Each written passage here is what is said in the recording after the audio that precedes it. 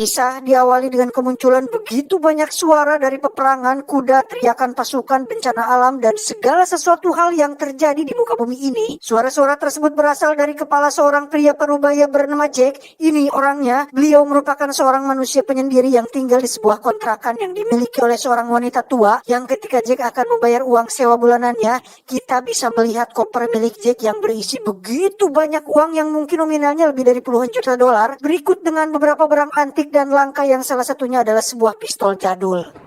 Thank you. How are you doing today, Jack?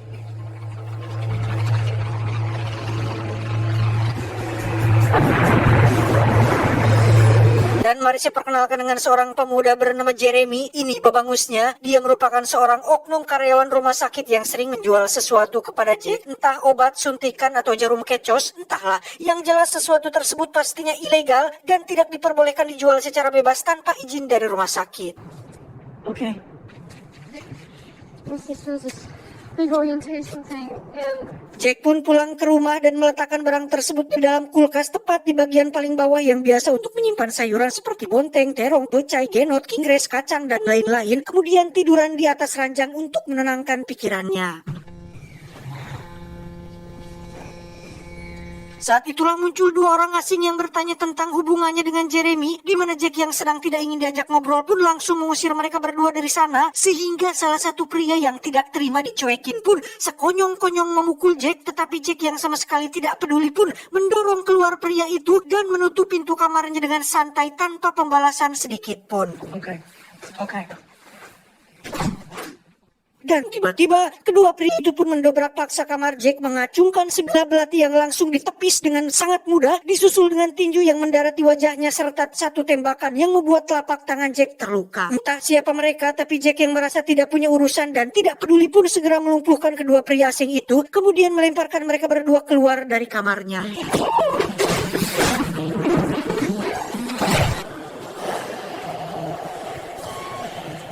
Singkat cerita, malam pun poek. Seperti biasa Jack mendatangi kafe langganannya yang di situ ada seorang pelayan wanita bernama Kara. Kara ini bisa dibilang merupakan satu-satunya teman Jack atau orang yang mengenal Jack karena datang setiap malam ke kafe ini. Yang sebenarnya Kara tidak terlalu mengenal Jack dengan baik karena sikapnya yang cuek dan selalu menjadi pribadi yang penyendiri.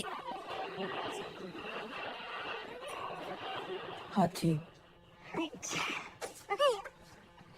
Tiba di kamar, Jack pun mendapat telepon dari sang mantan yang pernah punya hubungan kedekatan di masa lalu. Si mantan hanya ingin menyampaikan bahwa Jack ternyata memiliki seorang anak perempuan yang sebenarnya tadi siang sudah datang ke sini. Tapi Jack kebetulan sedang berada di luar, sehingga si mantan yang merasa khawatir pun meminta tolong untuk mencari putrinya karena takut jika dia diculik atau abok bersama teman-teman berandalannya. Alright.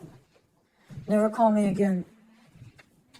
Dengan informasi dari si mantan, Jack pun mendatangi sebuah bar tempat biasa putrinya nongkrong. Di situ si bartender memberikan sebuah alamat seorang pria yang kemungkinan besar putrinya sedang berada di sana saat ini. Dan mari saya perkenalkan dengan putri Jack yang tidak sengaja lahir. Dia bernama Andrea, seorang gadis barakajul yang hobinya minum alkohol. Bahkan saat ini dia rela melakukan hubungan suami istri dengan seorang pria berusia lebih tua darinya hanya untuk mendapatkan uang untuk membeli sebotol minuman beralkohol.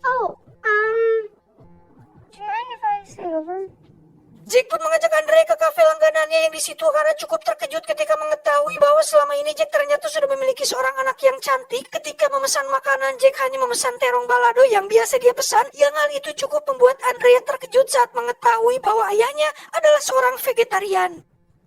Not chicken or beef? Really? Keesokan paginya ketika Jack baru bangun tidur, kita akan melihat sesuatu yang luar biasa dengan tubuhnya yang memiliki healing factor sama seperti Wolverine dan Deadpool. Luka bekas tembakan yang dialami Jack kemarin siang sekarang sudah benar-benar sembuh total 100% hanya dalam waktu kurang lebih 24 jam. Karena putrinya masih tidur di sofa, Jack pun pergi sarapan sendirian ke kafe biasa. Di situ Jack melihat seorang abah-abah yang sedang duduk sendirian tanpa menunjukkan perilaku yang mencurigakan. Namun yang menarik adalah orang lain tidak bisa melihat abah tersebut dan hanya Jacklah satu-satunya orang yang bisa melihatnya. Karena merasa risih, Jack pun segera pergi keluar, yang di situ secara kebetulan dia melihat Jeremy dibawa oleh dua orang asing yang kemarin mendatangi tempat tinggalnya. Lantas Jack pun menyusul Jeremy ke tempat di mana dia diikat dan disiksa. Tanpa tahu apa masalahnya, Jack pun langsung melumpuhkan kedua pria tersebut untuk kedua kalinya. Bahkan kali ini Jack berhasil membuat salah satu dari mereka satu matanya menjadi pecak dengan menggunakan jempol untuk mencocok mata pria tersebut.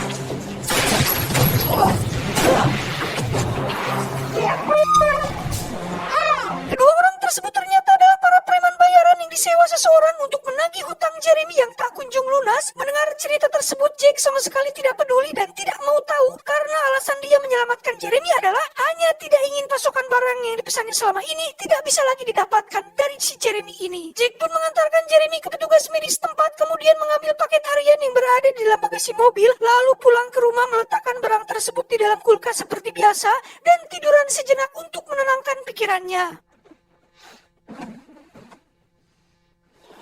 Jack pun baru ingat bahwa saat ini dia ada jadwal bermain bingo bersama para manula. Lantas diajaklah Andre ke sana dan diperlihatkan kegiatan rutin yang biasa dilakukan oleh ayahnya ini. Bingo sendiri merupakan permainan klasik yang saya pribadi kurang memahami bagaimana cara mainnya, tapi jelas ada hadiah uang yang bisa dimenangkan, yang Jack sendiri tidak terlalu tertarik sebenarnya dengan hadiah uang tersebut, karena alasan utama Jack mengikuti permainan ini hanya untuk mencari kesibukan, mengisi waktu luangnya, sehingga kegiatan tersebut diharapkan bisa mengalihkan pikirannya dari hal mengerikan yang terus muncul di kepala si Jack. Hal mengerikan apa itu? Nanti kita akan tahu. I plan for something to do. Keeps me occupied. These people don't distract me. What? Selesai bermain bingo, Jack dan Andrea pun pergi ke kafe biasa, di mana kita akan melihat seorang pria diam-diam memasukkan obat tidur untuk Jack, yang hal tersebut tidak disadari oleh siapapun. Tak lama Jack pun melihat abah-abah yang tempo hari muncul, namun anehnya adalah Andrea juga bisa melihat abah tersebut, tidak seperti orang lain yang tidak bisa melihatnya. Should I ask who that is? Not at all. You can see him. Yeah, why wouldn't I see him? He's solid. Tiba di kontrakan, Jack menyuruh Andrea untuk istirahat duluan sementara dia akan keluar sebentar untuk cari angin. Namun tiba-tiba Jack mengalami pusing dan kantuk yang sangat berat akibat obat tidur yang diminumnya tadi, yang ternyata aksi tersebut merupakan perintah dari dua pria asing yang dihajar Jack tempo hari. I saw him drink it. I'm just glad he didn't kick it at the diner. Jack pun dibawa ke dermaga untuk ditenggelamkan ke dalam dasar lautan. Namun seketika itu pun Jack langsung sadar dari tidurnya, kemudian membawa satu dari mereka terjun jatuh ke bawah laut. Ketika dua preman itu pergi, Jack tiba-tiba sudah muncul tepat di depan mereka, lantas menghampiri salah satu pria paling polontong di antara mereka berdua, memegang lehernya dengan kuat, mencabiknya, dan memakan daging tembolok pria tersebut seperti monster yang sedang kelaparan.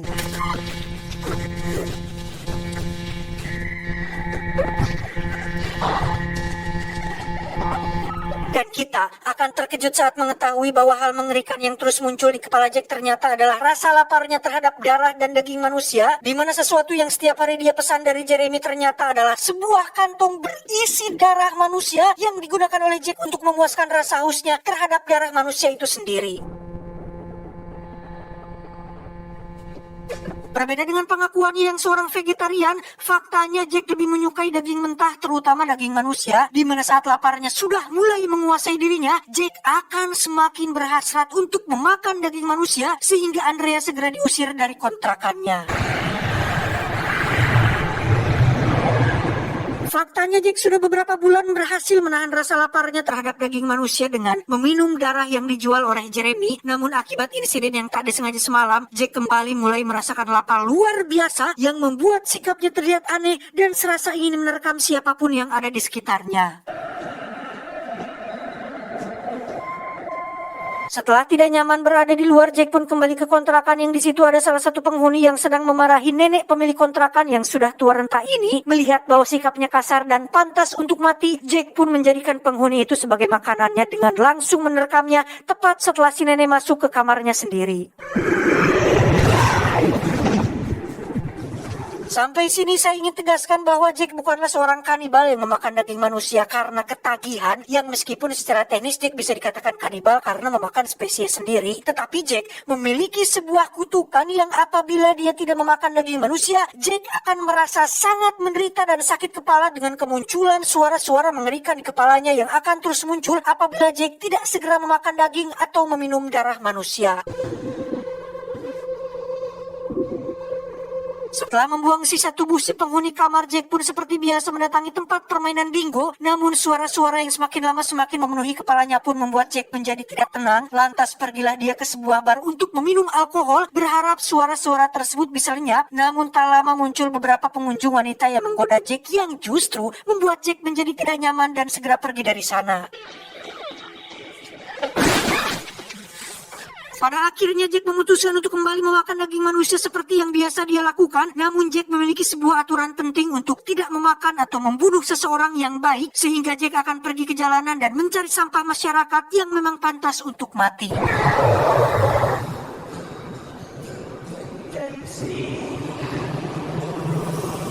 Dimulai dengan menjatuhkan uangnya tepat di depan dua pria yang sedang mengobrol, tetapi pria tersebut ternyata adalah orang yang jujur sehingga Jack tidak bisa atau tidak jadi membunuhnya. Lantas Jack pun pergi ke lingkungan gangster yang terdapat banyak sekali anak-anak muda Badung yang salah satunya memiliki pistol dan sepertinya layak untuk dimakan. Man, I should call you out. You gonna give me money for all the shit you just taken.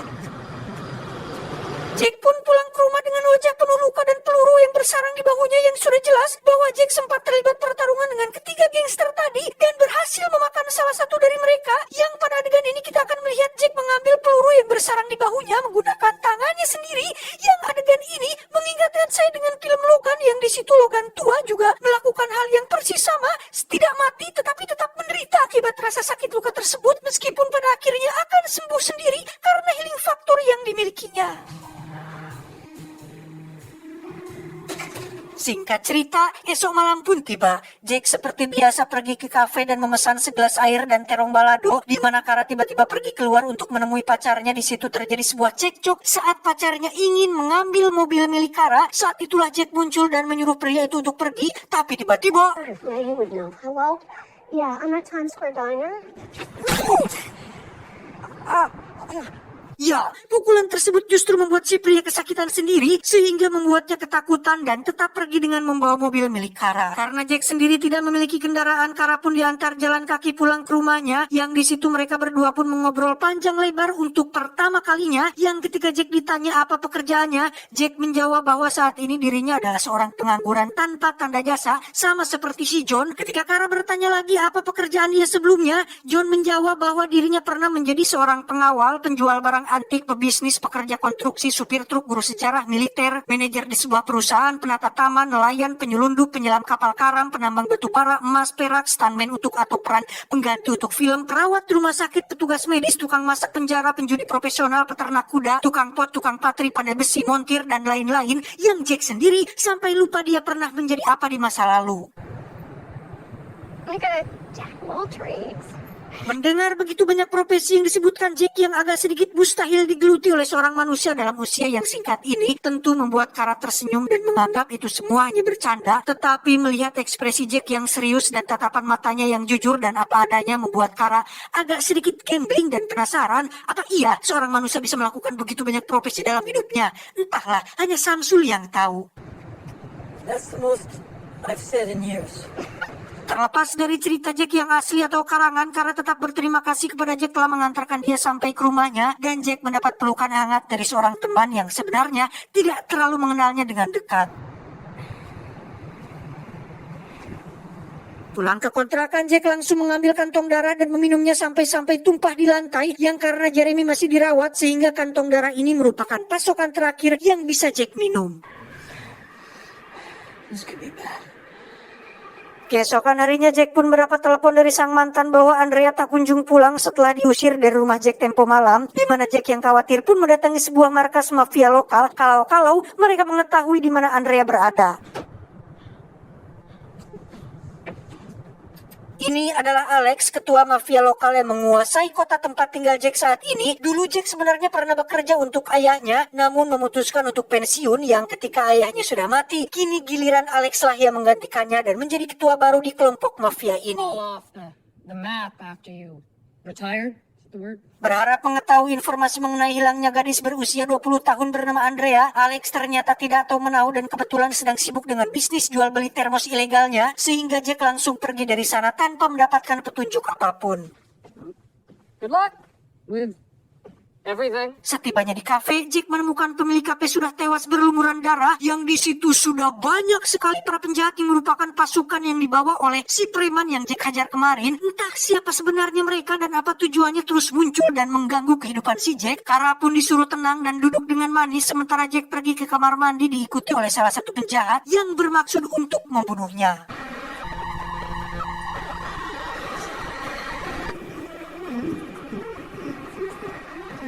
Tak lama keluarlah Jack dengan kondisi yang masih baik-baik saja, di mana Kara dibuat terkejut saat melihat sebilah penusuk es masih tertancap di bagian belakang tubuh Jack. Menyadari temannya sudah tewas, satu penjahat pun menghampiri Jack dengan sepucuk pistol di tangannya dan tiba-tiba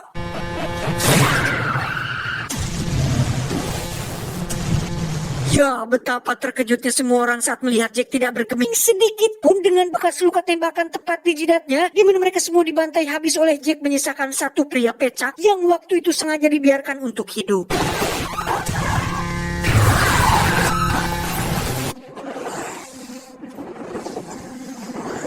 Jack pun memasukkan pria pecak itu ke dalam bagasi mobil dan meminta Kara untuk mengantarkannya ke rumah, di mana Kara yang masih syok pun bertanya-tanya tentang bagaimana mungkin Jack masih hidup dengan peluru yang masih bersarang di kepalanya. Bahkan Kara semakin dibuat terkejut saat melihat Jack mengambil peluru tersebut dengan tangannya sendiri, seperti hal itu merupakan hal yang biasa saja bagi si Jack ini.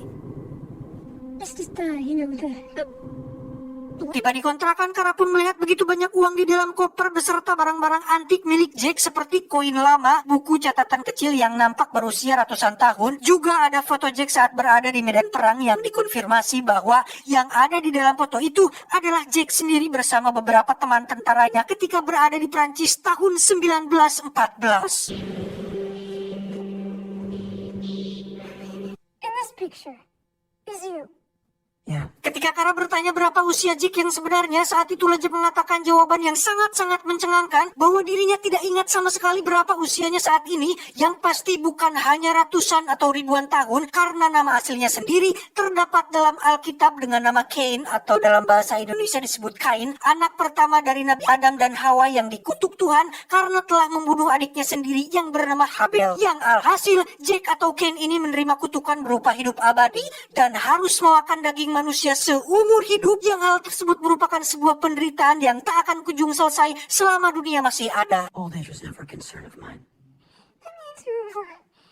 Jack pun menghampiri si pria pecak untuk menginterogasinya tentang siapa yang telah menyuruhnya, namun dia ternyata hanyalah seorang preman bayaran yang dibayar oleh seseorang yang dia sendiri tidak tahu siapa orang tersebut. Dan tak lama muncullah kawan dari si pria pecak yang ujung-ujung menodongkan pistol ke arah Jack. Lantas Jack pun mengajak pria itu keluar kamar dan Jack pun memberikan sebagian uangnya untuk Kara dan memintanya untuk pergi, yang setelah malam ini dia tidak akan pernah melihatnya lagi. Lantas Jack pun pergi ke rumah sakit untuk menemui Jeremy, bertanya tentang apakah Jeremy kenal dengan para preman itu atau punya masalah dengan mereka. Dan ternyata Jeremy pernah meminjam uang kepada seorang mafia untuk membiayai kuliahnya yang dari desas-desus yang beredar. Mafia tersebut dipimpin oleh seorang ketua mafia bernama Alex, sang bos mafia yang pernah Jack temui tempo hari. Alex Archie. Yeah. Sadar bahwa Alex lah pelaku yang telah menculik Andrea, Jack pun kembali menemui Kara untuk meminta tolong mengantarkannya ke markas Alex. Yang ketika mereka sudah sampai di sana, Jack meminta Andrea untuk menunggu sebentar di mobil agar nanti dia bisa membawa Andrea pergi dari sana.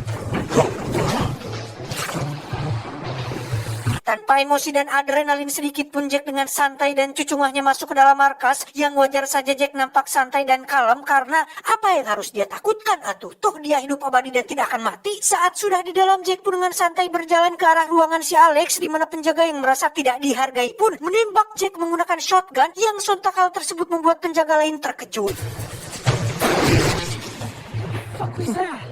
Melihat Jack masih berdiri dengan tegak tanpa menunjukkan ekspresi kesakitan atau ketakutan pun membuat penjaga lain memilih untuk pergi. Sementara si penjaga shotgun pun kembali menembaki Jack yang langsung dibantai bersama dengan dua penjaga lain yang masih bertahan.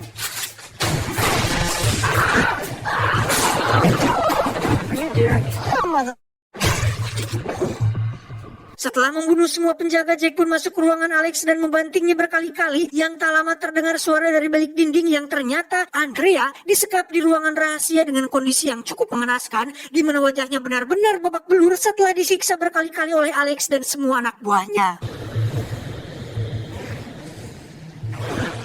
Melihat putrinya diperlakukan tidak manusiawi seperti ini, Jack pun kembali ke Alex dan mempelintir pergelangan kakinya hingga dia kesakitan, lalu menyeretnya ke ruangan lain, merebahkannya di atas meja biliar dan bertanya tentang apa motivasinya sampai nekat melakukan hal seperti itu.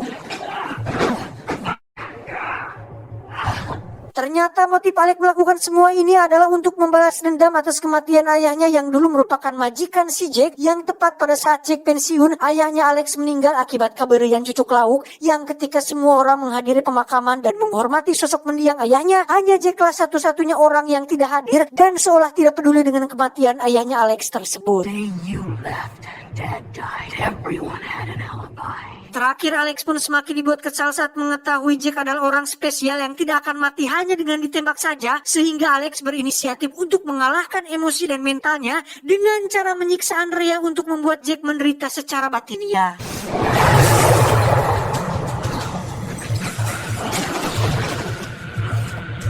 Saat Alex semakin dibuat kesakitan, Jack pun bercerita tentang dirinya yang sedang berjalan di atas tali ketenangan, yang artinya Jack sedang benar-benar dalam kondisi dan situasi damai tanpa ada gangguan dari siapapun. Tiba-tiba Alex muncul dengan semua hal yang fuck shit ini, sehingga jangan salahkan diriku jika Alex akan mati dengan perlahan dimakan hidup-hidup oleh si Jack yang sedang kelaparan ini. I'm going to kill you.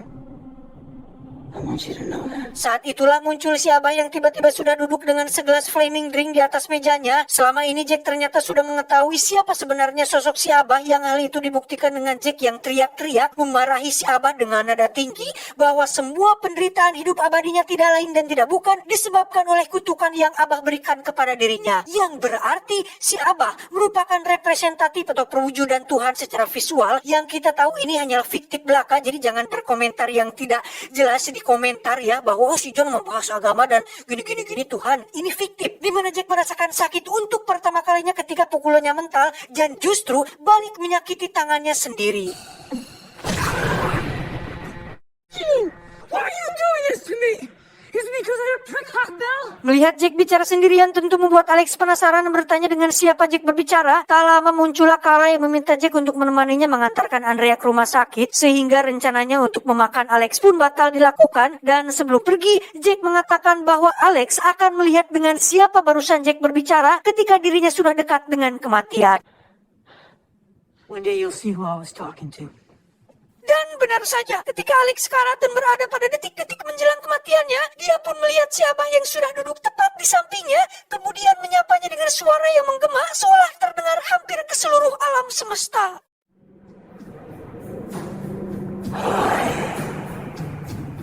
Entah bagaimana kisah Jack selanjutnya, yang pasti dia akan terus hidup dengan kutukan abadinya. Dan jika kalian menganggap hidup abadi itu terlihat fun dan menyenangkan, ternyata banyak sekali penderitaan dan kesakitan yang harus dialami Jack selama hidup ribuan tahun lamanya. Tamat ending.